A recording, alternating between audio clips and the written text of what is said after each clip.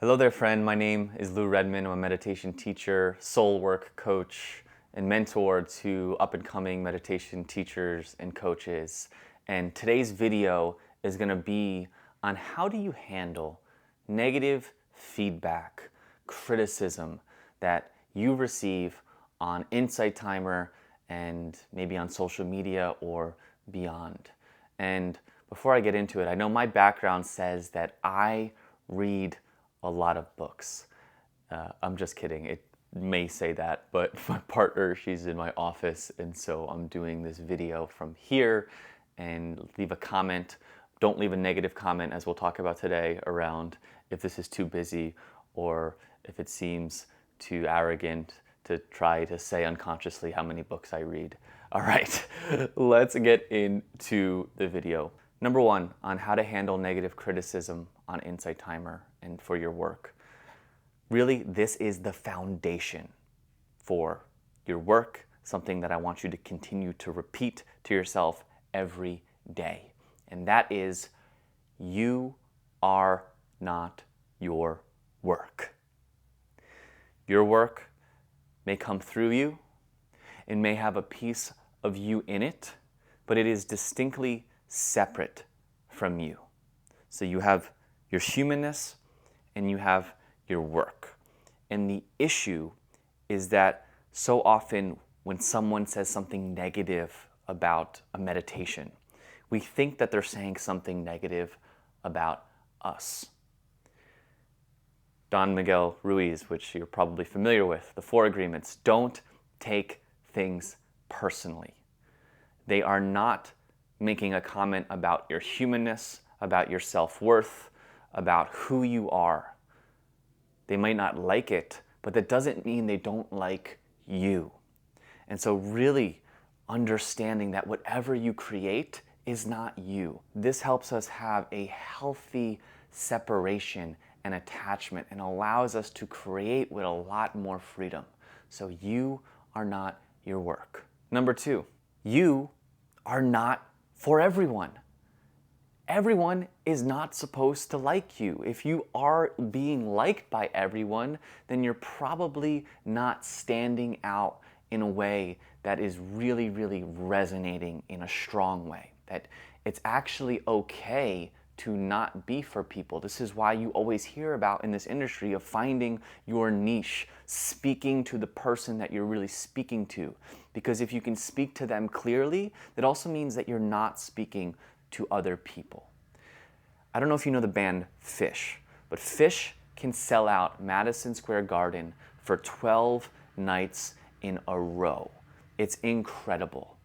And I don't understand. I don't like Phish. I don't like their music. I don't get the joke. But that's okay, because Phish is not playing for me. Phish is playing for their tribe, for their people, for their fans. And so should Phish try to make their music more palatable to my tastes? No. If they did that, if they tried to be for everyone, then they would lose their core fans. And so it's okay to not be for everyone. You actually want to not be for everyone, because that means the people that really resonate with you, they're going to stick around. Number 3, after you have the foundation that you are not your work and you are not for everyone, then when you get a negative feedback, right? This is a little ninja move that actually when you get negative feedback, what I want you to do is celebrate it. Yes, wow. Because you getting negative feedback, what it's saying is you're putting yourself out there enough for someone not to like it. And that is a good thing. So the next negative review that you get on Insight Timer, say thank you. Thanks so much. I'm so happy that I'm learning that it's not for you. And I can stay focused on who it's for. It's a good thing. We actually, to have haters, now we're talking a broader example, but if you have a hater, that means you're putting yourself out in the world enough where you probably have a lot of lovers that you're going to attract certain haters. So please celebrate every time that you get a negative review. Number 4, often when a comment is negative and it's trying to tear you down. It is critical. There's nothing positive. There's nothing helpful in it. That comment is saying more about the person leaving it than it does about you. Your work, which remember is not you, your work being out in the world is a mirror for people to take it in, to listen, and then project their stuff on to you, to project their fears, to project their insecurities, to project the things that have happened in their life on to you. And often it's coming from a place of them not having any other way to handle that stuff. For example, I don't like fish, but I don't go on Fish's Instagram and tear them down. I could not like someone and I don't need to say anything. And so often the people that are saying something, it's their way of dealing with something on the inside. And so what I hope that gives you is some compassion, to have compassion for the people that are leaving negative comments, because it's one of the only ways that they can deal with their negativity. So when you get that negative comment, when it feels almost malicious, can you open your heart? Can you maybe send some loving kindness toward that person, and it will transform that experience. Number 5, and this is a big one, something that I learned from Tim Ferriss, and he has this quote that says, "You're neither as bad as anyone says you are, or as good as anyone says you are." What tends to happen, and I'm guilty of this, is that we get positive comments on our meditations and we take them in and say, "Whoa, look at how smart I am. Wow, like I really do know something." And we get all this validation and we're so excited. And then we get that one negative comment and go, "Oh my God, no, I'm messing up. I'm terrible. I'm awful." And what tends to happen is we'll swing. We'll swing to where God's greatest gift to humanity, into we're an absolutely insecure, we have nothing to offer, we're in a pit of shame. And so we have this wide pendulum swing, and it's helpful and healthy to understand that neither of that spectrum is actually true. That just as people project their negative things onto you, they are going to project their positive things onto you. They're going to see you sometimes as the mom and dad that they wish they had, and they're going to put that love on to you. And so we have to be careful in this position to not take it all the way on. Can you stay in a balanced space and say, "Oh, great, that person likes it. That's amazing. Oh, that person, it's not for them. Okay."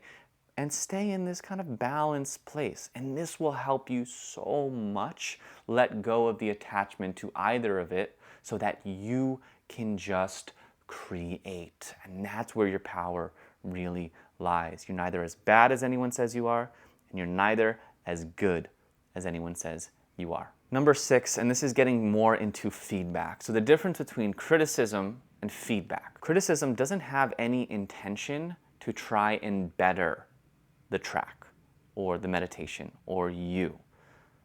Feedback may be hard to hear, but there's some intention to better the meditation or the talk, whatever it might be. And so can you separate it? And sometimes it can be hard to receive challenging feedback, but if you can sense into, is there anything that's true in here? Because often another piece of this is that you're going to get triggered. Your stuff is going to come up in this negative feedback that you're not okay with, and that's an invitation for you to keep doing that self-work on yourself. And so when someone says something where they're trying to potentially improve it, can you take in some truth of it? I used to get comments all the time on my meditations that people were distracted, that they would kept hearing swallowing noises. Just like these weird noises I would do in my meditations because I used to not even edit them in the beginning. And so it would say that they would rate it negatively or want it to be better because it just kept being distracting to them. And so I can be like, well, that's their stuff. They have to deal with it. Notice not everyone felt that. Some people weren't as distracted by those things, but there some were. And so I could either say, well, F you, you're not for me, but actually maybe there's some actual feedback to take, and maybe I should be more aware of those swallowing noises when I am editing my tracks, or at some point actually starting to edit my tracks, which again I wasn't doing in the very beginning. So that type of feedback, learning to take feedback to actually make your tracks and meditations better. And feedback is something that as creators that we need. And often we don't need it from people that we don't know. We want it and yearn for it from people that are doing it from a place of generosity. This is another big difference between feedback and criticism. Feedback is coming from a place of generous.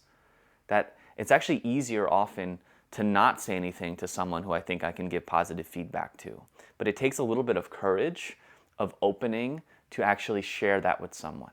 And what's important in these circles of having people that can give you feedback, one, it's just so valuable. This is why mastermind groups are so valuable, because you have people on a similar journey that know the thing that you're doing or have experience with you as a person that can give generous feedback.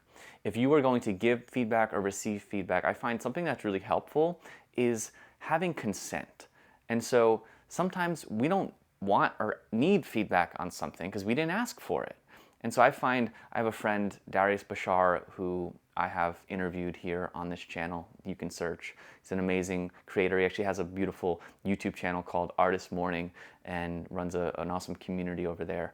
And I had Darius on the podcast recently, and after he listened to it, he texted me and said, "Hey, love the podcast. Are you open to some feedback on it?" Consent, asking me, opening that door rather than say, "Hey, I love the podcast, but hey, you couldn't do this better, or you could have done this better." That's kind of abrupt. Just asking that question to someone opens it up, and Darius is someone that I deeply value his thoughts and his feedback. And so I said, yeah, of course. And the thing that he shared with me was super helpful. Sometimes I had to pause and be like, oh, might not like hearing this, but it's so, so valuable. So if you can have people in your life that are giving you generous feedback, please find those groups, find those people, because it's just gonna make your work better. Remember, it's your work. It's not you as a human being. Keep driving that in. Okay, so quick recap on dealing with negative criticism and feedback. Number one, you are not your work, and you are not for everyone. Celebrate their negative feedback. You want it. It's good. It's a good sign. Number four, realize that what people are saying about your track or your meditation probably says more about them than it does about you. Number five, you are not as good as anyone says you are, and you are not as bad as anyone says you are. Can you find the balance? And then seek out real feedback. Seek out generous feedback. Find peers that will give this to you, and I promise you it's going to really help you grow and improve your skills.